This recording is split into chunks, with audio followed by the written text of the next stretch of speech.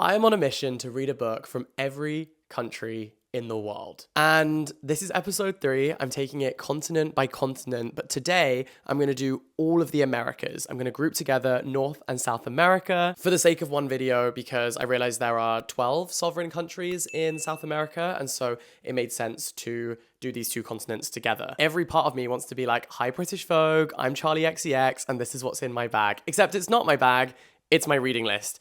And I'm also not Charlie XCX, and the only brat I'm serving is this book that I've been reading, which is on my bookcase. It is literally called Brat. Anyway, that is not what we're here to talk about. We are here to talk about books from every country, more or less, in the Americas. Now, the reason I say more or less is because sometimes it is very hard to find a book that is published in English in England from a specific country. So if I miss any, please send me recommendations in the comment section below. I promise I'm not missing any countries on purpose. It's just sometimes, despite all of the bookstores that I go to and all of the research that I do, I just can't find a book from that specific country that is available for me to show you. So, why do I think this is so important? Firstly, because I make content online about books, and in order to be able to represent the entire scope of the literary landscape, I feel like it's important for me to challenge myself on how widely I have read. And so for me, the first way to do that is to think about what countries I have read books from. The second reason is linked, and it's because I did a literature degree, but most of the literature that I studied on that course was from England and America. And I just don't think that accurately represents what literature is and can be. So that brings me on to point number 3, which is that reading books from around the world means that you challenge the notion of what storytelling is and can be, especially when people are not writing with an English audience in mind and then it's been translated into English. Often it pushes the envelope of what I think storytelling can be. And that's a really powerful thing. Number 4, because it's educational, because I learn more about different cultures and customs and countries, whether that's geography or food or the family structure and dynamic or socioeconomic issues that affects that particular area. It is so interesting, and it means that when I do travel to different places, I feel like I know a little bit more about them. I also really recommend, if you go to a place, take a book from that place with you and read it while you're there. It makes the whole experience so much better, both because it makes your reading experience better because you're seeing the things you're reading about around you, but also it makes your experience of the place better because you understand them in context through the book that you're reading. Overall, this brings me to point number 5, which is that we should be constantly challenging ourselves to diversify and decolonize our reading. And so that is what I'm on a kind of personal mission to do. And I hope that this little series of videos helps you to do the same. So without further ado, let's start talking about some books, beginning with Antigua and Barbuda and this book called Annie John by Jamaica Kincaid. It's described as so touching and familiar, it could be happening to any of us. And that's exactly the book's strength, its wisdom, and its truth. It's about an adored only child called Annie, who has until recently lived a very contented life in Antigua. She is inseparable from her mother, who sits at the very center of the little girl's existence. When she turns 12, however, Annie's world becomes more complicated and treacherous. Most unnervingly of all, her mother ceases to be a source of unconditional adoration and takes on the new and unfamiliar guise of adversary in a haunting and tragicomic tale told with Kincaid's trademark candor and complexity. I love books about mother-daughter or mother and son or father and son, father and daughter relationships. Could have easily just said parent and child relationships there. Don't know why I overcomplicated that, but I'm very intrigued by this. We have an introduction at the beginning by Jackie K in this edition, and that is Annie John. I feel like I'm going to add it to the little canon of books like Anne of Green Gables, The Secret Garden, Foster by Claire Keegan, which are about the experience of being a young girl. And yeah, very much excited about this one. Next, Argentina. This was so difficult to choose because I was debating between telling you about the new books by 2 authors that I love, Mariana Enriquez, who writes incredible horror, or Claudia Pinheiro, who is the queen of the plot twist and tension and family dynamics. And both Elena Knows and A Little Luck changed my life. Those books gave me goosebumps. They both made me like burst into tears in public locations. Or there was also the book Die My Love, which is being turned into a movie with Jennifer Lawrence and Robert Pattinson. Like so many options from Argentina, but I wanted to pick an author whose work I've never read any of, and that is Jorge Luis Borges. This is fictions. I feel like Borges is like someone everyone should read, and I haven't yet read any of his work, and so that was why I wanted to highlight this particular book. For my personal reading list, like this is something that I feel is a real gap in my knowledge. And so he is credited as one of the most memorable artists of our age. This book, Fictions, introduced an entirely new voice into world literature. It is here we find the astonishing accounts of Funes, the man who can forget nothing, the French poet who recreated Don Quixote word for word, the fatal lottery of Babylon, the mysterious planet of Tyon, and the library containing every possible book in the whole universe. Here too are the philosophical detective stories and the haunting tales of Irish revolutionaries, gaucho knife fights, and dreams within dreams, which proved so influential and yet impossible to imitate. This collection was eventually to bring Borges international fame. Over 70 years later, it remains endlessly intriguing. So I'm pretty sure this is a collection of short stories by Borges, but I feel like it's going to be a perfect introduction to his work. And I always get so many comments on my YouTube channel of people being like, you need to read Borges. And so, well, here we are, I guess. This is Fictions, but I feel like you guys were only speaking facts when you told me that I should read his work. And I'm very, very excited about it. And I just feel like he's one of the literary greats. From the Bahamas, I ordered this book, which is a treasury of folktales from the Bahamas, but it didn't arrive in time for filming this video, so that was my pick for the Bahamas. And then we have Barbados. We have this book right here. It's called How the One-Armed Sister Sweeps Her House. This is by Sherry Jones and was shortlisted for the Women's Prize for Fiction in 2021. I also know this is a real booktube favorite, and so I had to choose this one. I'm very excited to read this. In Baxter's Beach, Barbados, Lala's grandma, Wilma, tells the story of the one-armed sister, a cautionary tale about what happens to girls who disobey their mothers. How the one-armed sister sweeps her house is the powerful, intense story of 3 marriages and of a beautiful island paradise where, beyond the white sand beaches and the wealthy tourists, lies poverty, menacing violence, and the story of the sacrifices some women have to make to survive. Maggie O'Farrell, who's one of my favorite writers, she wrote the book Hamnet and The Marriage Portrait. She says this is a novel of elegance and verve. The Daily Mail say it's an extraordinary, hard-hitting, and evocative novel that packs a tremendous punch with its repercussions of generational trauma, sharp characterizations, and strong sense of place. I love books that investigate place and the concept of home. That is not just my cup of tea, but my whole kettle. So I'm very excited about this. And also I feel like the Women's Prize for me is just a little treasure trove of amazing books. Often one of my favorite books of the year I find from the Women's Prize shortlist. So that could be this. Next up, Belize. This is a book called Becca Lamb, and it is by Z. Edgel. It's set in Belize City in the early 1950s. Becca Lamb is the record of a few months in the life of Becca and her family. Becca and her friend Toisi Carlo are on the threshold of change from childhood into adulthood. Their personal struggles and tragedies play out against a backdrop of political upheaval and regeneration as the British colony of Belize gears up for universal suffrage and progression towards independence. The politics of the colony, the influence of the mixing of races in society, and the dominating presence of the Catholic Church are woven into the fabric of the story to provide a compelling portrait, a loving evocation of Belizean life and landscape. I feel like this is Belize's answer to My Brilliant Friend by Elena Ferrante, which was just voted the best book of the century so far in the New York Times. So if you're reading that book, this feels like a Caribbean contemporary classic you can read alongside it. And I think that's a fun study to see how girlhood is presented differently within those two cultures, Italian and Belizean. In fact, I wonder if this predates My Brilliant Friend. Let me check the publishing info at the front. Hold on, I don't want to get this wrong. Okay, though, this was from 2021. Oh, first published in 1982, so this does predate My Brilliant Friend, because My Brilliant Friend was published in around 2011. There you go, that is Becca Lamb. Before continuing on with the rest of the video, I wanted to let you know that today's video is very kindly brought to you by Lingoda, and Lingoda is one of the best things things I've ever done. It's an e-learning platform for learning languages. And I first joined Lingoda in 2021 when I moved to France. And it was the thing that gave me the most confidence speaking French. Like, because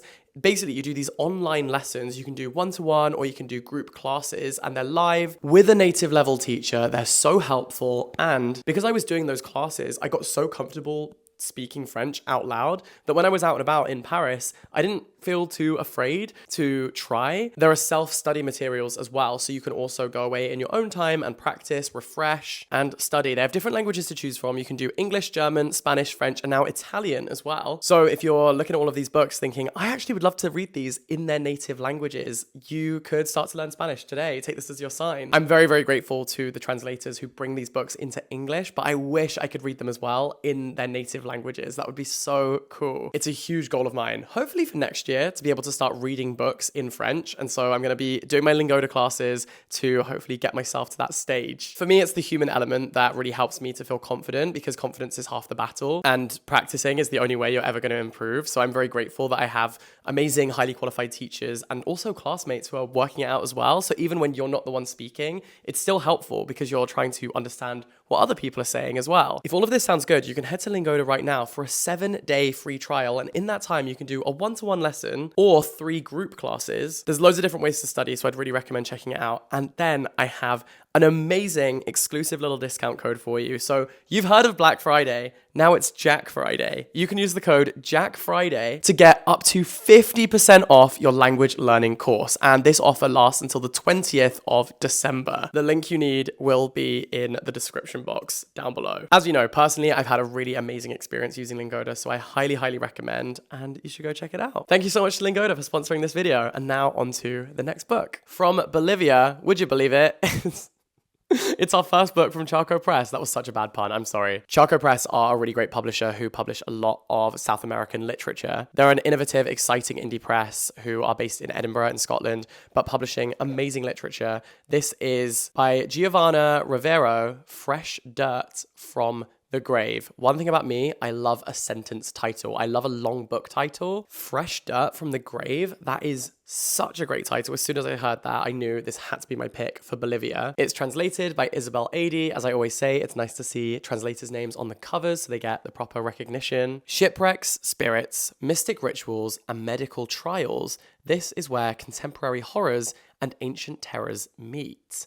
In Fresh Dirt from the Grave, a hillside is an emerald saddle teeming with evil and beauty. It is this collision of harshness and tenderness that animates Giovanna Rivero's short stories, where no degree of darkness, buried bodies, lost children, wild oh wow, that's a big word for Jack. That's a big word for Elmo. Paroxysms of violence can take away from the gentleness she shows all violated creatures. In these tales, a mad aunt torments her family with a destructive secret. 2 Bolivian orphans are left on the outskirts of a Metis reservation in Winnipeg, and a widow teaches origami in a women's prison. Murders, house fires, and poisonings abound, but so does the persistent bravery of people trying to forge ahead in the face of the world. They are offered cruelty often and indifference at best, and yet they keep going. So I'm very excited to read a Bolivian kind of horror story. The supernatural Bolivian Gothic has an extraordinary cult narrator.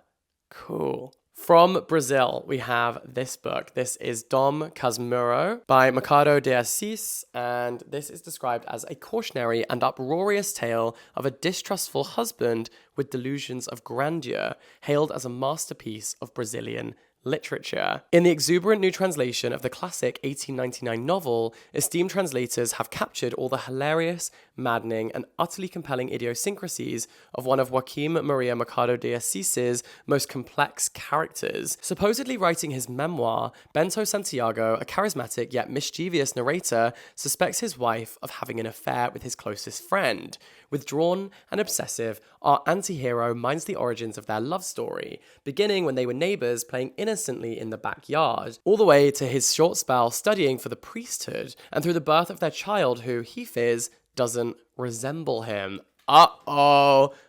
Spaghetti-o. That's not looking good. Imagine having a child with someone and then years later, once they look like a human, not a baby. I know they look like a human when they're a baby, but you know my point. Like when they get older, they start to have proper features, more distinctive features outside of just being a baby. Imagine they grow up and they're a toddler and you're thinking, I don't think this child looks like me at all. That's crazy. Okay, I'm hooked. I'm in. Set against the backdrop of a rapidly modernizing Rio de Janeiro, Dom Casmurro is a dark, subversive comedy from a progenitor of modernist fiction. One of the pleasures of reading his work is to encounter the comedy of detail of human particulars.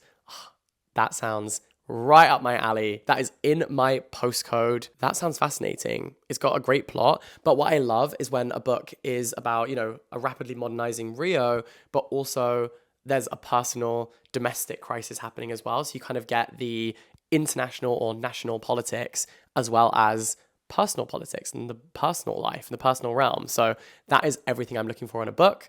And I think, watch the space. I feel like I'm going to love this one. From Canada, it had to be Margaret Atwood. This is Oryx and Crake. Her book, The Handmaid's Tale, I think is the book I've read more times than anything else. My copy is so battered. Like the way I started to underline my favorite parts or bits that I think you could write a whole essay about. And now my book is more underlined than not underlined. Like you can't actually see the original text underneath because of how much I've scrawled over it. That's how good The Handmaid's Tale is. So I'm very excited to read another one of her works. I know that Oryx and Crake is a fan favorite of her work. Shortlisted for the Women's Prize for Fiction and the Booker Prize. Pigs might not fly, but they are strangely altered. So for that matter, are wolves and raccoons. A man once named Jimmy now calls himself Snowman and lives in a tree, wrapped in old bedsheets. The voice of Oryx, the woman he loved, teasingly haunts him, and the green-eyed children of Crake are, for some reason, his responsibility.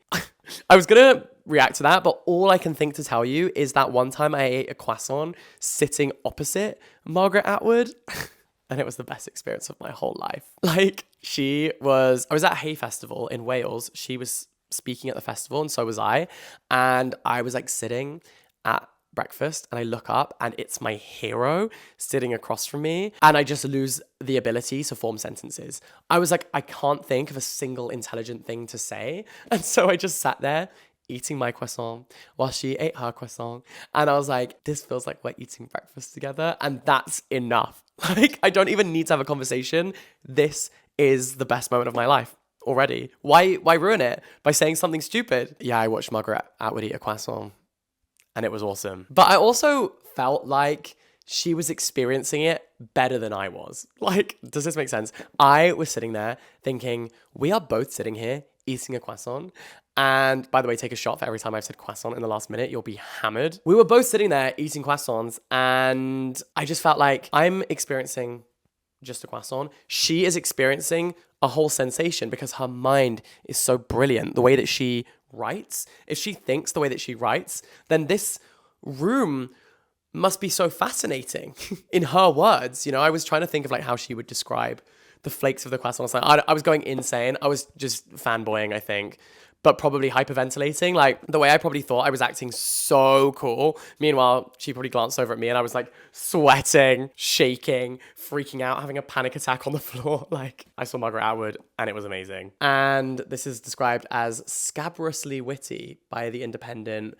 I feel like I need to read another Margaret Atwood book and I think it's going to be this one. From Chile. Okay, so I originally picked up this book, which is When We Cease to Understand the World. However, I think that the author might actually be from Amsterdam. I know that he lived in Chile, but I think that he is Dutch. So I then looked on my bookshelves and I actually had another book from Charco Press, which is this one. This is Never Did the Fire by Diamela Eltit, a literary icon in Chile and a major figure in the anti-Pinochet resistance. Diamela Eltit burns brightly here in this, one of her most iconic works, a shifting, uneasy novel of breakdowns. I think that's how I'm going to describe my year. A shifting, uneasy novel of breakdowns. That was me seeing Margaret Atwood in real life, an uneasy novel of breakdowns.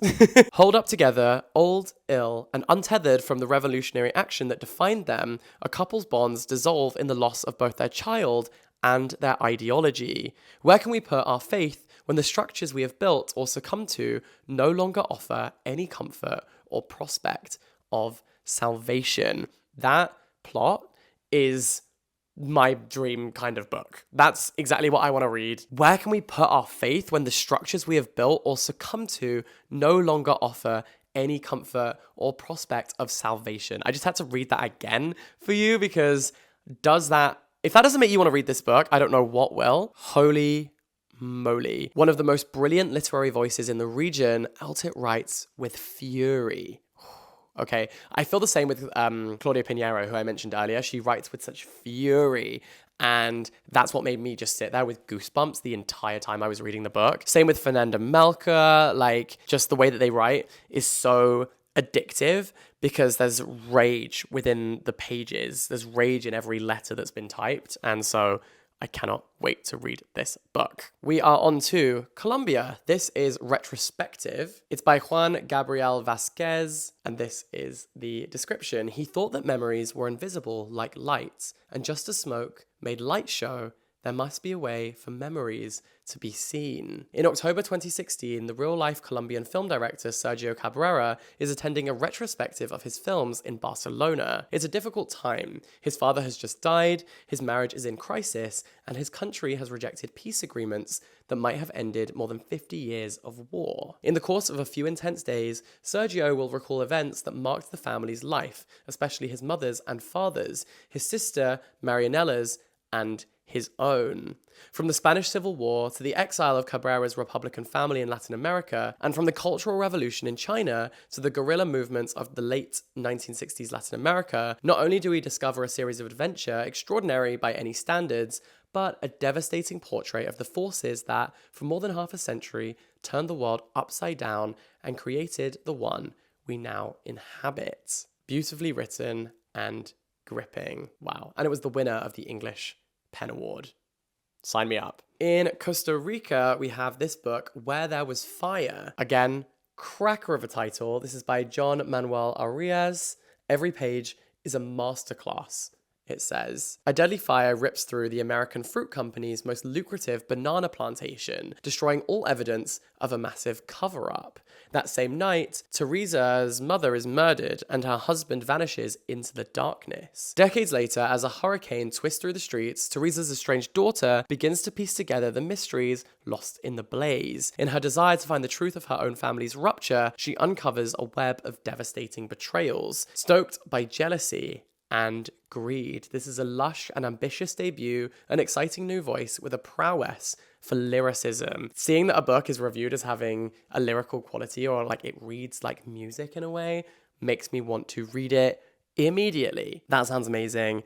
It's an international bestseller. That is our pick for Costa Rica. From Cuba, another cracker of a title. This is My Favorite Girlfriend Was a French Bulldog. This is by Legma Rodriguez Iglesias. It's described as a wry, brilliant, and delightful ride. The most enchanting Cuban writer alive today. Guys, I want to go to Cuba so much. It's like right at the top of my bucket list. My Favorite Girlfriend Was a French Bulldog is a novel told in 15 stories, linked by the same protagonist, who, in her own voice and channeling the voices of others, creates an unsparing, multi-generational portrait of her native Cuba. Though she feels suffocated by the island and decides to leave, here is not just a political novel, not just a queer novel, an immigrant novel, a feminist novel, but a deeply existential one, in which mortality, corporeality, bureaucracy, emotional and physical violence, and the American dream define the long journey of our narrator and our beloved pet dog, who gives the book both its title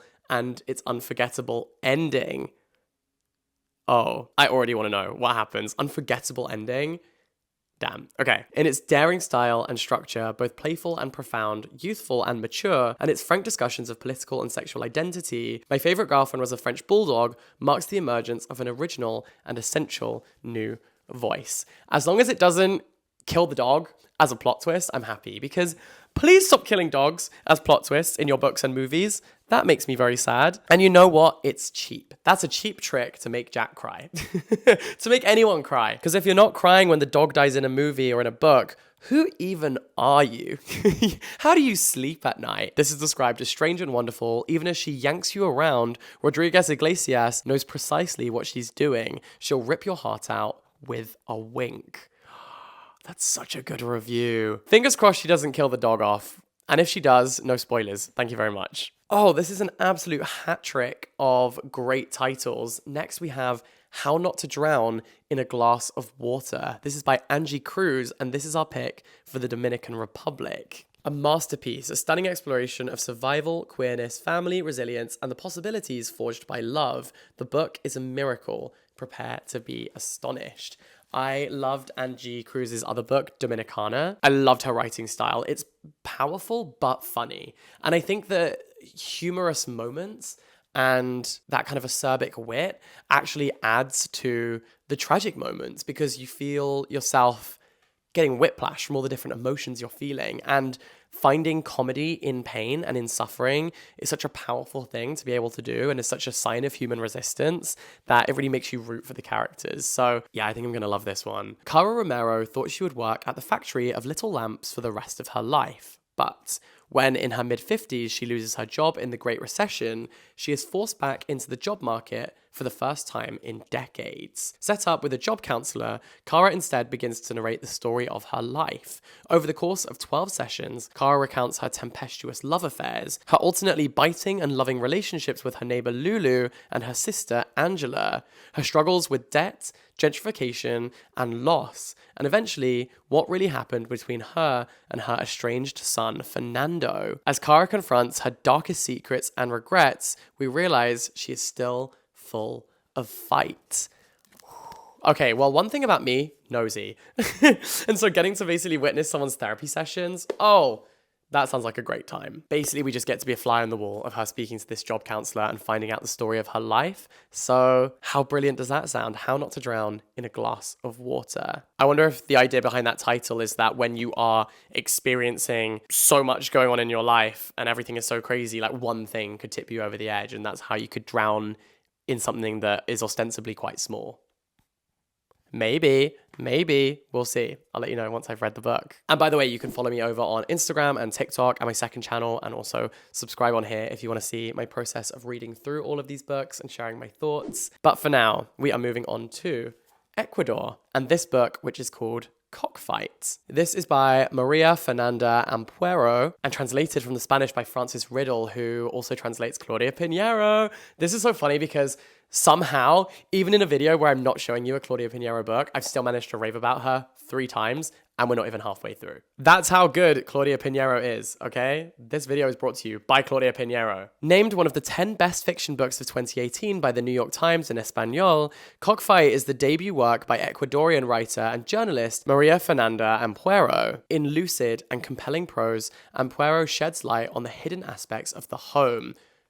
You know how much I love books about home. That's my favorite thing to read about, is like the concept of home. So already, this is looking good. The grotesque realities of family, coming of age, religion, and class struggle. A family's maid witnesses a horrible cycle of abuse. A girl is auctioned off by a gang of criminals, and 2 sisters find themselves at the mercy of their spiteful brother. With violence masquerading as love, characters spend their lives trapped reenacting their past traumas. Heralding a brutal and singular new voice, Cockfight explores the power of the home to both create and destroy those within it.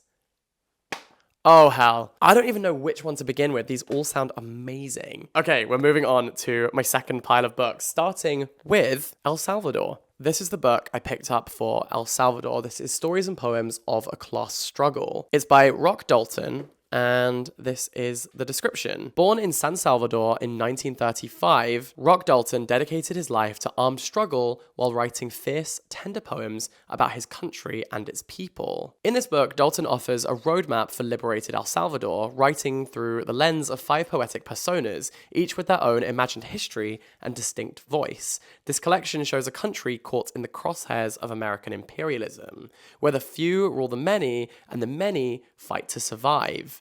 And yet, there is love and humour and self-mockery to be found here on every page, in every verse, as well as an abiding faith in humanity. I believe the world is beautiful, Dalton writes, and that poetry, like bread, is for everyone. That just speaks for itself. I will leave you with that.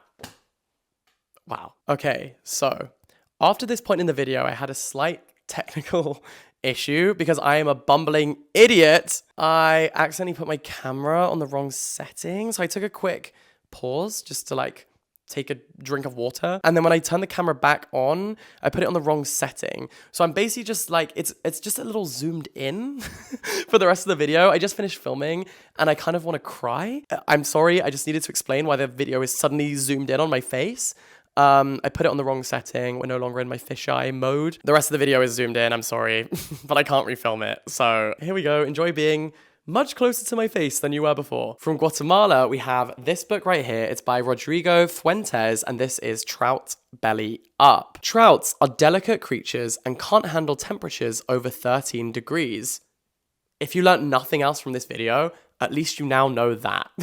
That's why Don bought his land right at the top of the mountain because he wanted ice cold spring water. I remember the first weeks on the trout farm when I'd spend long periods watching them swimming counterclockwise, all together like a big, happy family. One time a trout began to peel off from the group, rising in tighter and tighter circles until it was flopping about near the surface. Its mouth started to gape and it went belly up, spinning all silvery on its axis. Then something strange happened. One of the other trout came up to see what was going on, and from one moment to the next, the whole tank freaked out. The water was churning, and the surface filled with metallic flushes of a knife fight. A minute later, the big family was once again swimming counterclockwise. There was no sign of the trout that went belly up.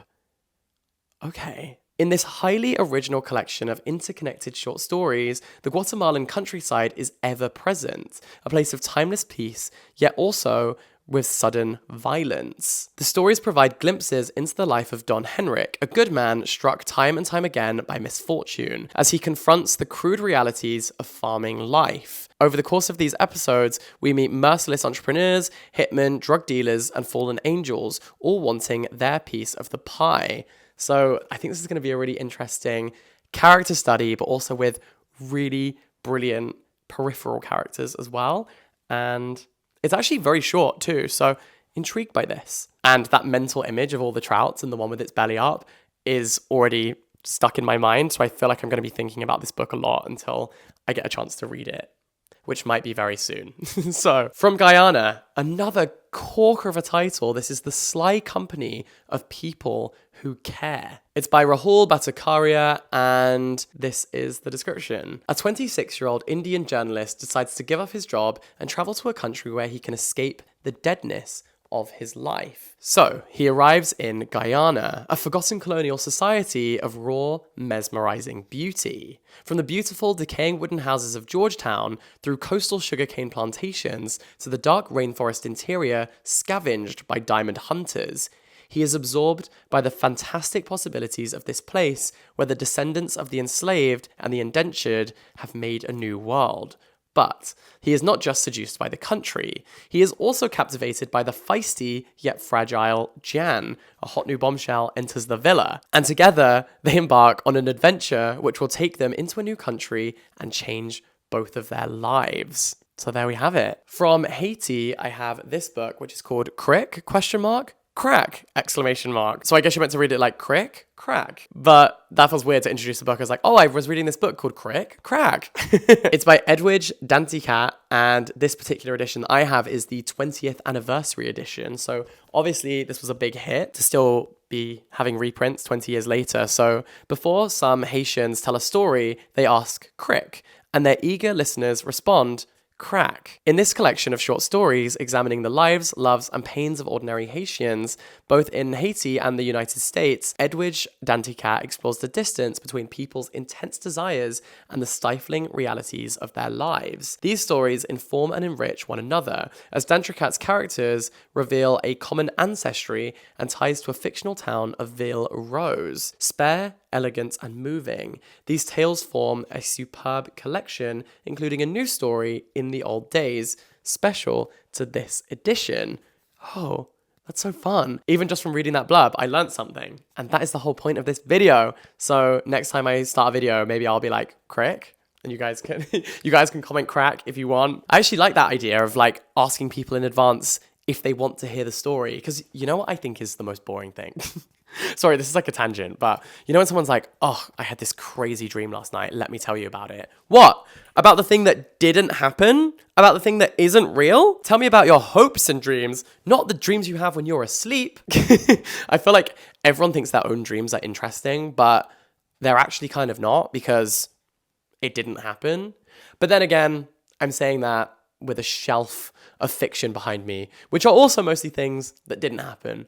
I guess people sometimes say like fiction is the most truthful thing you can write because you get to create this whole world. Anyway, we're on a complete tangent here, but basically, I don't want to hear about your dreams. So if you could introduce that with, I had a dream last night, crick, I would be like, not crack, no crack here. No, there are no cracks, no crack. You can tell me about anything else except that.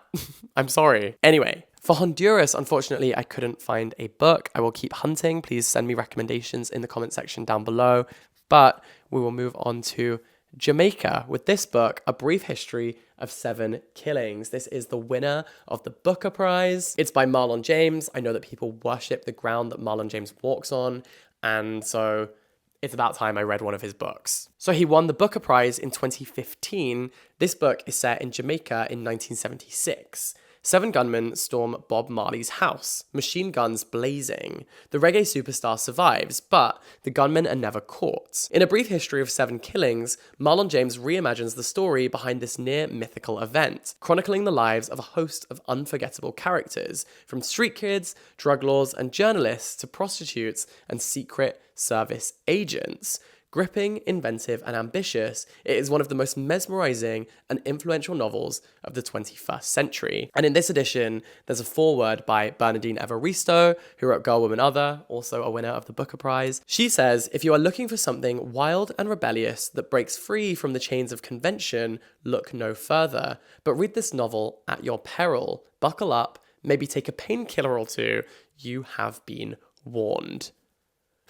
I mean, when someone reviews a book like that, tell me right now you don't want to read it. Come on. I also would love to do an exploration into the use of the number 7 in book titles. You know, there's like The 7 Moons of Marley Almeida, The 7 Husbands of Evelyn Hugo. Like the number 7 is used so many times. It always reappears in titles and in literature. I wonder why that is. I feel like if you ask someone, like name a number between 1 and 10, most people would say 7. I feel like that's what I would say. Right? I don't know. Maybe that's the reason. I don't know. Does anyone know the reason for this? Please inform me. Please let me know. The comment section is there for a reason. But in the meantime, I'm grabbing my laptop because I need to know, did that actually happen with Bob Marley? Is that actually a true story? I'm realizing now I don't know a lot about Bob Marley's life, but I would find it odd if someone wrote a book imagining people trying to kill me. So I'm assuming this is a real thing. Okay. At 8:30 on December 3rd, 1976, 2 days before the Smile Jamaica concert, 7 men armed with guns raided Marley's house at 56 Hope Road. Marley and his band were on break from rehearsal. Marley's wife, Rita, was shot in the head in her car in the driveway. The gunman shot Marley in the chest and arm. What? I had no idea that happened. Well, I guess I'm going to find out more about it in this book, but I'm learning so much just from filming this video. This is a 1 million copy bestseller, so it's about time I got around to reading it. That's crazy. I mean, even from a kid, like when I was at primary school, we used to sing Bob Marley songs in our school assemblies. So I can't believe I didn't know that story. But I'm so glad that someone has reimagined it in this way. Okay. From Mexico, we have this book. It's called Stillborn. This is from Fitzcarraldo Press, and it is written by Guadalupe Nettel. There's actually a sticker over the back of some of the blurb, so we're going to read around it. What I can see is that it's this author's 4th novel exploring one of life's something decisions, whether or not to have children. I feel like it's going to be like toughest decisions. I guess we'll never know. Well, I suppose I could just peel the sticker off, but I'm worried about leaving a mark on the book. One thing I will say is, why would you put the sticker there? That is criminal. You know when you get stickers on books and you can't peel them off, or it leaves that like horrible fuzzy white stuff on the front? Jail. Straight to jail. Why would you do that? Anyway, lock them up and throw away the key. People who put stickers on books, they're going to sit in the cell right alongside people who make movie adaptation tie-in covers that are just pictures of people's faces. We don't want that. We want cute covers for our books, please. Anyway, this book is the author's 4th novel exploring one of life's toughest decisions, whether or not to have children, and she does so with her signature charm and intelligence. The book centers Alina and Laura, who are independent and career-driven women in their mid-30s, and neither of them have built their future around the prospect of having a family. Laura has taken the drastic decision to be sterilized, but as time goes by, Alina becomes drawn to the idea of becoming a mother. When complications arrive in Alina's pregnancy and Laura becomes attached to their neighbor's son, both women are forced to reckon with the complexity of their emotions. In prose that is as gripping as it is insightful, Stillborn explores maternal ambivalence with a surgeon's touch, carefully dissecting the contradictions that make up the lived experience of women. From Nicaragua, the book that I wanted to tell you about is called Ladies of Managua, and it's by Eleni N. Gage. It didn't arrive. It got lost in the post somehow. It said delivered, but it just never came. So I don't know what happened to that book, but that was the book I picked for Nicaragua, which takes us to Panama on this little whistle-stop tour, because books are much cheaper than plane tickets, it turns out. So this is The World in Half. It's by Cristina Enriquez, who also wrote a book called Come Together, Fall Apart. It's described as elegant, beautiful, touching. And this is the description. Mira Flores has never known her father, and she's never thought he wanted to know her. But when she comes to the Chicago suburb where she grew up to care for her ailing mother, she discovers that her mother and her father had a greater love than she ever thought possible, and that her father had wanted far more than she could ever imagine. Now, in secret, she plots a trip to Panama, in search of the man whose love she hopes can heal her mother, and whose presence she believes can help her find the pieces of her own identity that she thought were irretrievably lost. What she finds is unexpected and exhilarating, and holds the power to change the course of her life completely. That is The World in Half. I unfortunately couldn't find a book from Paraguay, so we are moving on to Peru with this book called The Bad Girl. Please send me books from Paraguay in the description box down below. But from Peru, The Bad Girl is by Mario Vargas Llosa and is described as an immensely moving story by The Spectator, a gripping new novel from one of Latin America's greatest writers. When the beautiful teenage Lily arrives in Lima in 1950, 15-year-old Ricardo falls intensely and instantly in love with her. She claims to be from Chile, but vanishes the moment it becomes clear that she has lied about both her name and her nationality. A decade later, now living in Paris, Ricardo falls in love with a woman named Comrade Arlette, who is incredibly similar to Lily, but refuses to acknowledge that she is the same person. For his whole life, Ricardo seems doomed to keep running into Lily, and to keep falling in love with her. Will he ever discover who she really is? That feels like invisible string theory, the idea that you just keep running into this person and you every universe, you're in love with them. Or in every iteration of that person, you fall in love with them. I already love that. The title, unfortunately, is making me think of like Bad Cinderella. Do you remember that musical? It was by Andrew Lloyd Webber or something. She's like, I'm not your Cinderella, I'm your bad Cinderella. So I'm gonna have to try and like remove that, extract that from my brain, because now putting bad in front of it makes me cringe a little bit. Thanks a lot, Andrew Lloyd Webber. Thanks for doing that to us. I'm gonna give this a chance. This is The Bad Girl. She's a naughty girl with a bad habit for drugs. From St. Kitts and Nevis, we have A View of the Empire at Sunset. This is by Carol Phillips and was shortlisted for the Booker Prize. And this I'm so excited about because this is about the writer Jean Rhys. Now, Jean Rhys wrote this prequel to Jane Eyre, and it's called Wide Sargasso Sea. And basically, Wide Sargasso Sea explores Bertha, who in Jane Eyre is characterized as the mad woman in the attic. And then in Wide Sargasso Sea, it's like a post-colonial story about her origins, and it completely flips the narrative of Jane Eyre on its head. So genius, so smart, and this book is about Jean Rhys. In the heart of London's Bloomsbury, Gwendolen, not yet truly famous as the writer Jean Rhys, is presented with the opportunity she has been waiting for. Her husband has received an inheritance, so she can return to the island of her childhood at last. For Gwendolen, Dominicana is a place of freedom and beauty, far away from the lonely nights and failed dreams of England. But this unexpected visit home compels her to reflect on the events of her past and on what they might mean for her future. So Carol Phillips is a Kittian British writer and writing about Dominicana here, but it's described as a sympathetic and powerful portrait of an outcast as well as a searing indictment of the empire. I think it's so important for us to read books about the British Empire because I don't know about you, but if any other British people are watching this, they didn't teach us that. Like, why was I at school studying history and I'm studying China and Russia and America and Cuba and all of these different places, but the calls were coming from inside the house? Why were we not ever studying British Empire? Why would they not teach us about that? It's so crazy. Once you get older and you're not in the education system anymore and you start doing your own research, how you realize that there are narratives at play in terms of the education system. Like, we studied British history, but we studied the royals, or we studied enfranchisement and suffrage in the UK. So the way that my history A-level course was set out was that you studied British history from the 18th century all the way up to 1924. That's because the narrative of that time is that people got more rights, more votes for more people. But what it fails to mention is that we were colonizing other countries and why those other countries wanted to be independent. It's actually insane that we don't study that side of history, and it's because we're the bad guys. And so instead they're like, no, look, but we got all of these people the right to vote. And not covering the full story is criminal and insane.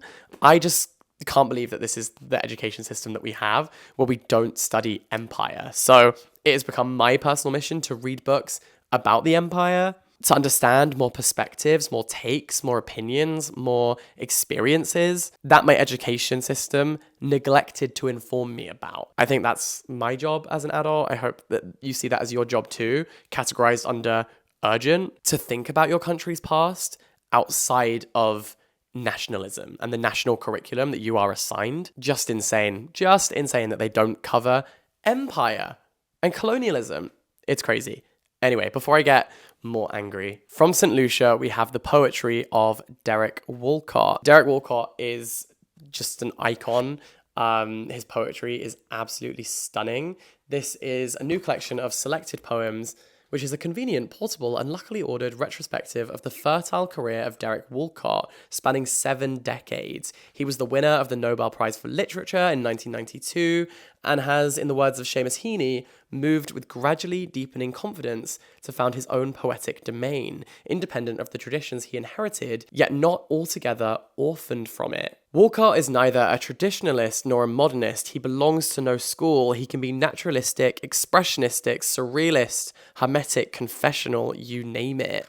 So he was born in St. Lucia in 1930 and started publishing poetry from the age of 18 in 1948 and went on to win the Nobel Prize for Literature. So, of course, for St. Lucia, it had to be Derek Walcott. From St. Vincent and the Grenadines, I found this book. This is called The Moon is Following Me. And you're going to have to bear with me because the back of this book is so hard to read. That font choice is a choice, and my eyesight is very, very bad. So I'm going to try my very best. This collection of short stories recalls an era when the village was the center of life. In the Caribbean island of St. Vincent and the Grenadines, it is nostalgic but not sentimental. These stories are based on real events and relate the experiences of a range of characters striving to make a name for themselves. They are people in search of a larger stage.